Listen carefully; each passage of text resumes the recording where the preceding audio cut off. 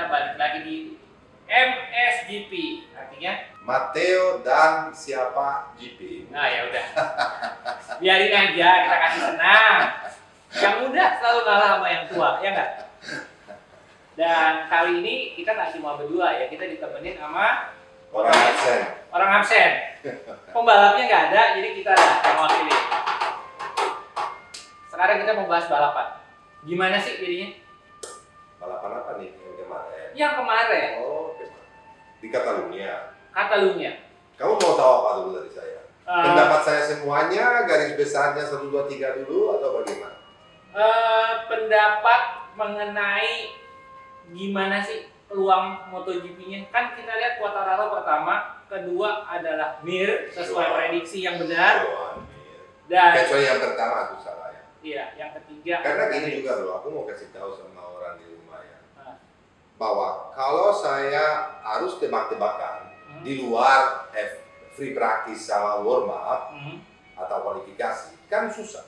Iya. Namanya tebakan. Tebakan. Kita tebakan berdasarkan tahun sebelumnya Yes. atau sebelumnya lagi. Di mana Ducati biasanya performa di sana Bagus banget. luar biasa. Tapi tahun ini race-nya di bulan September. Biasanya di bulan Juni. Biasanya kan panas Banget. ya. Ini agak Jadinya kan orang kalau salahin prediksi boleh aja. Tetapi kalau prediksi aku hari Minggunya sebelum race beda, ya kan? Iya, beda. Pasti dong. Beda. Beda dong. Jadi aku kan atau kamu bukan dukun. Pun. Nah, Tunggu. selain Panggilannya Mbak ini Dukun. kita balik lagi ke Balapan. apa? Bukan laptop ya. Bukan laptop. Bukan laptop. Ini mau orangnya absen loh. Kita bicara Quartararo dulu karena penting sekali. Iya. Aku kasih dia kemarin nilai 10. Itu sangat luar biasa anak itu. Kenapa? Dia datang dari momentum, dia datang dari periode yang sangat sulit bagi dia. Jangan lupa, waktu di Brno dia ke-7. Dia Austria pertama ke-8. 8. Austria kedua 13. San Marino pertama dia jatuh. Dan Morbidelli, teammate-nya, jangan salah teammate-nya, juara. Itu susah diterima. Terus kemarin, San Marino kedua. Long lap penalty dan dia seharusnya podium tapi demoted. Kalau bahasa Inggris demoted atau diturunin ke posisi 4. Kalau pebalap biasa, pebalap yang nggak punya mental juara, itu pasti langsung down. Benar gak? Betul. Tapi enggak, dia bisa reset main dia, meskipun tidak dapat pole position waktu di Barcelona, dia start dengan strategi yang sangat sempurna. Awal-awalnya dia nggak stres banyak, ya, dan bisa overtake Morbidelli, Rossi dulu dan Morbidelli dengan late break yang di tikungan pertama luar biasa. Aku kira di situ dia tuh belanja loh bro, tapi tidak, dia bisa berhentikan motor dan masuk kanan kiri dengan sempurna. Aku tambahin dulu, belanja yang dimaksud sama Om Matteo adalah kalau kita ada di balapan itu namanya ada racing line. Kalau kita keluar racing line, artinya kita melipir, itu istilahnya belanja. Kalau kamu biasa di dunia balap, itu namanya istilahnya belanja, buang-buang waktu. Belanja karena di situ ada Indomaret mungkin, bro. Ya, dia berhenti Indomaret, dulu, Alfamart. atau Alfamart, dia berhenti dulu, minum Coca-Cola, terus jalan lagi, ya kan? Dan dia waktu di depan, kasih pace-nya yang sangat sulit diikuti. Betul.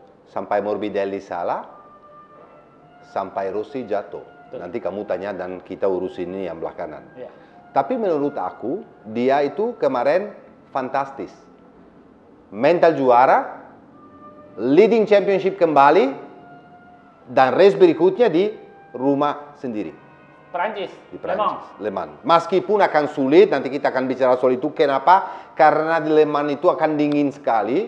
Weekend kemarin aja, waktu mereka balap di Barcelona, ada 14 derajat. Ya. Itu sangat dingin. Dinginnya itu artinya apa? Susah untuk ban. Bannya. Susah untuk ban nomor 1. Jadi untuk cari setup motor itu harus benar-benar sempurna. Karena kalau enggak, pasti banyak yang jatuh. Pasti. Kayak kemarin di Barcelona, di tikungan ke kiri. Ke kiri. Karena cuma sedikit, bannya udah temperaturnya udah dingin, jatuh. Rossi jatuh di kiri juga. Oke. Nah, sekarang kita mau ngebahas satu lagi nih, jagoan kita semua nih. Yaitu Joan Mir. Ya. Oke. Dia ini adalah sebenarnya tandemnya dari Rins. Yang orang akan berpikir Rins itu bakal menghantam terus di depan, yang which is di seri ini dia juga naik podium. Kecuali aku ya. Yes. Tidak. Dari tahun lalu aku bilang, dia bakal lewatin Rins. Oh iya, benar juga ya. Aku pernah bilang, tahun 2019. 2019. Joan Mir. Joan Mir. Dia musim ini memang belum juara seri. Tapi dia banyak banget jadi runner up.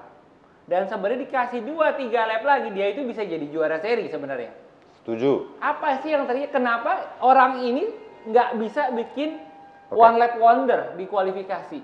What's wrong with him? Oke, nomor satu, orang ini seperti kamu bilang, saya setuju. Untuk bisa jadi juara dunia, harus satu step lagi. Harus satu klik.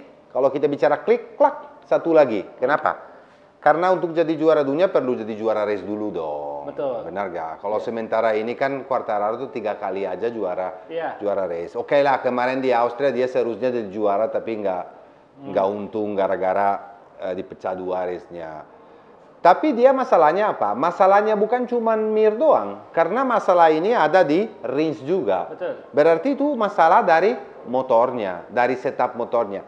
Kayaknya itu Suzuki adalah motor yang paling seimbang di antara semua motor yang lain. Ada tracknya di mana Yamaha struggle, tapi Suzuki tidak.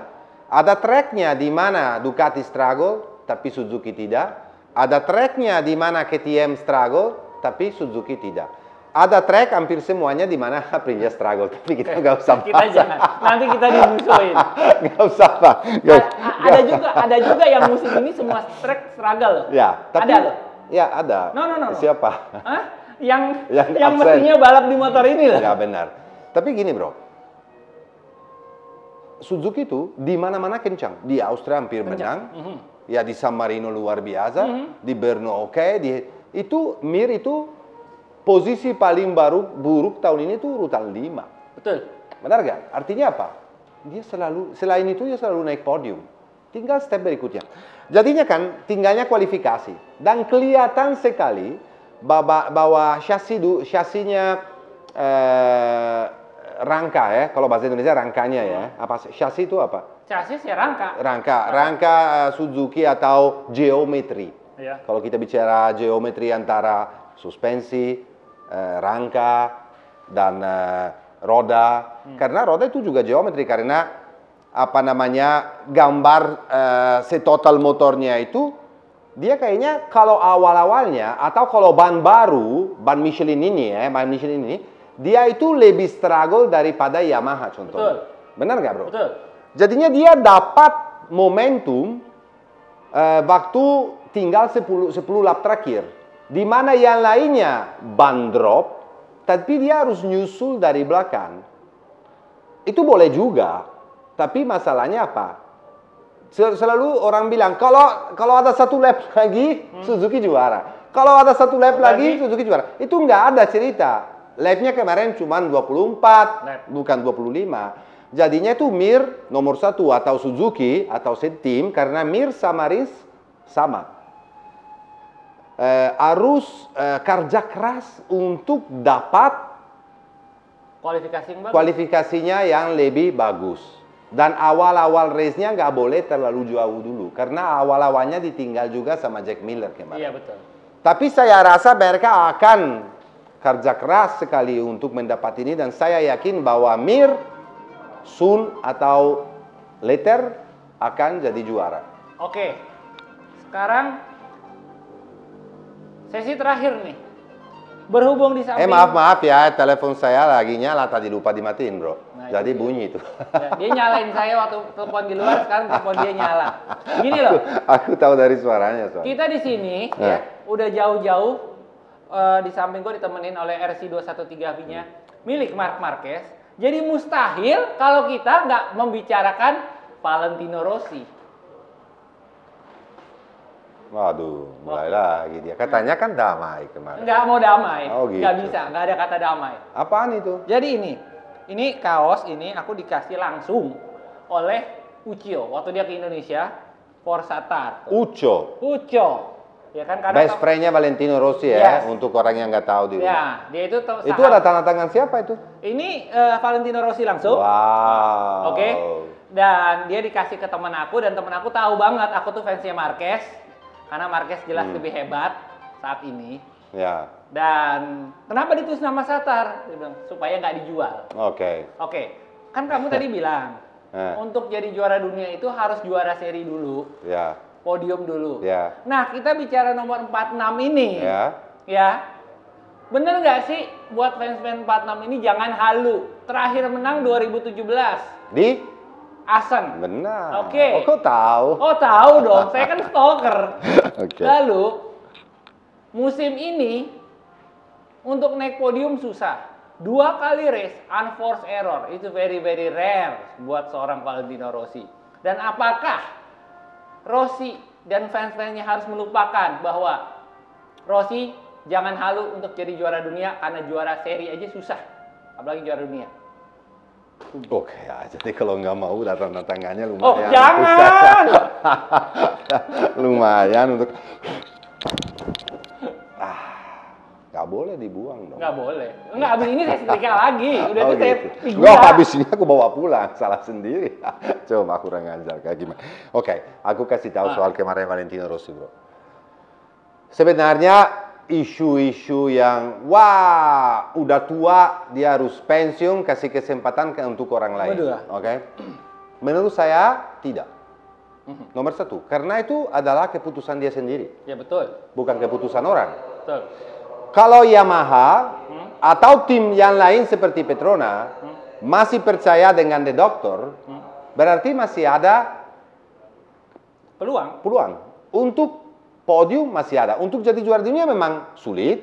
Kenapa? Karena memang benar kalau sekarang kamu lihat generasi baru ini udah singkirin generasi yang tua. Betul. Sekarang mentalitas MotoGP beda. Kalau zaman dulu kan untuk naik yang muda-muda langsung naik di MotoGP waktu Mick Doohan atau waktu Kevin Schwantz atau yang waktu generasi itu rada berumur. Makin ke sini makin langsung diambil dari Moto2 ke MotoGP. Kemarin aja kalau kamu lihat rata-rata umurnya yang orang di atas podium adalah 22. Iya, betul. Kenapa? Karena Quartararo umur 21, Alex Rins umur 23, terus Mir umur 22, berarti rata-rata umurnya 22. Oke. Jadinya kan aku nggak mau bilang bahwa Rossi udah tua dan harus pensiun. Karena kalau udah tua dan performa dia masih bisa fight, merebutkan podium, itu sesuatu banget bro. Betul. Kamu mau nggak tinggalin pembalap di rumah kayak begitu? Tidak dong. Ya apalagi yang legenda, apalagi yang 9 kali juara dunia, apalagi yang membawa crowd ke MotoGP. Berarti orang di rumah kan harus analisa semuanya. Jangan bilang udah tua, nggak usah. Tahu nggak? Seperti kemarin artinya, coba follow Quartararo sama Morbidelli segitu dekat atau di depan Miller. Ya, usahanya kayak apa? Benar, dia bikin kesalahan. Benar, kenapa? Bukan karena tua, karena dia under pressure. Dan under pressure itu meskipun punya pengalaman, under pressure itu bisa aja. Ya, apalagi kalau balap kayak begitu, bro. Kemarin dia tuh bikin kesalahan karena waktu changing direction, dia buka throttle sedikit lebih awal daripada seharusnya kan. Kenapa itu? Karena dia nggak mau supaya Quartararo kabur. Karena dia tahu bahwa dia punya pengalaman lebih tua berarti lebih berpengalaman. Dia tahu bahwa akan 6-7 lap terakhir ban akan drop. Dan dia pintar sekali untuk menjaga banyak itu. Dan dia punya pengalaman untuk kalau nggak terlalu gap, bisa jadi juara. Jadinya apa? Dia ambil risiko. Karena orang yang mau jadi juara dunia, orang yang mau jadi juara race, harus ambil risiko. Kalau nggak mendingan, seperti kamu bilang, pulang dan tidur. Kalau nggak mendingan, resign. Dari kerjaan atau dari kegiatan apapun. We fight for all or we don't fight. Jadinya gimana? Kemarin saya sebetulnya kecewa juga karena dia jatuh seperti banyak sekali orang di rumah yang kecewa. Tapi aku lihat Rossi segitu on fire. segitu masih bisa melawan. Waktu di kualifikasi juga, jangan salah loh bro, di kualifikasi juga urutan ketiga. Nanti kita bicara soal Antu yang satunya ya, yang ada nggak ada. Kan Antu ada nggak ada. Kadang-kadang Antu ada. Kadang-kadang Antu nggak keluar. Siapa itu? Viñales. Oh iya. Aku yang tanya. Nah, daripada performa itu, ya oke lah Viñales sudah pernah juara. Oke lah Viñales adalah di depan Valentino Rossi di klasemen sementara. Tapi performa dia tahun ini up and down. Ya, kalau Rossi juga pulang nggak bisa jadi juara, dia nggak harus tunjukin kepada siapapun siapa dia. Kenapa? Udah 9 kali juara dunia. Oke, ya bro, udah 9 kali juara dunia. Buat Rossi. Yamaha itu kan udah lama banget nih, nggak pernah juara dunia di World Superbike. Di World Superbike? Iya, terakhir Benchmark 2011. Ya benar. Any chance nggak sih seorang Rossi bakalan balap di World Superbike? Kalau saya bilang itu sulit bro. Untuk ngelengkapin gelarnya aja gitu loh, tanggung. Menurut saya sulit. Kenapa? Karena orang dengan sejarah Rossi, dengan identitas dengan MotoGP, saya yakin bahwa kalau Rossi berhenti dari MotoGP, dia akan berhenti dari balapan motor. Dan menurut saya itu sangat bagus begitu. Mungkin dia kan udah bilang, kalau berhenti balapan motor mungkin saya mau balapan mobil. Ya. Dan itu juga masih bisa. Ya, oke, karena mungkin latihannya nggak, mungkin orang nggak tahu ya, untuk dapat fisik ya di MotoGP, untuk bisa membalap di level Valentino Rossi, saya tahu dari orang dalam bahwa dia kerja kerasnya di rumah, fisiknya itu luar biasa. Dia punya chef sendiri untuk diet khusus, bangun pagi, dia punya schedule dari pagi sampai malam. Coba bayangin aja, umurnya udah 41. Dia udah kaya raya. Benar nggak bro? Dia kalau berhenti sekarang, hidupnya kan sampai anak dia dan anak-anaknya kan generasi yang berikutnya udah santai sekali. Benar nggak? Tapi dia tetap balap di MotoGP. Kenapa? Menurut saya, Passion. Karena dia sangat suka. Dia passion seperti dia bilang ya. Jadinya kan saya rasa dia kasih seluruh hampir separuh hidupnya dia kepada Dorna, kepada MotoGP. Sekarang pindah ke Superbike kayaknya nggak banget deh. Nggak mungkin ya. Itu menurut saya ya. Itu mungkin ya saya salah. Teman-teman di rumah, aku juga bisa salah. Aku kalau salah sedikit ya bisin loh bro. Iya sih. Ya tapi siapa tahu aja dia mau wildcard. Siapa tahu kemungkinan apapun bisa terjadi. Tetapi kalau pendapat saya, kalau saya belajar dari awalnya, karena kan umurnya kan dia lebih muda dari saya, tapi waktu saya muda, yang paling suka Valentino Rossi seperti kamu suka Marc Marquez dan sangat wajar, aku bilang tidak. Tidak. Ya kita we never know, tapi siapa tahu Rossi bosan, dia mau balap Superbike 1 seri, 2 seri Italia. Oh itu mungkin kalau jadi wildcard mungkin aja. Mungkin aja. Kalau saya nggak salah beberapa tahun lalu juga pernah ditawar ya hampir terjadi wildcard, tapi ya, nggak tahu kenapa nggak jadi waktu itu, lupa saya, tapi pernah ditawarin itu. Mungkin karena mau kasih apresiasi sama Yamaha nanti satu hari diundang wildcard atau itu.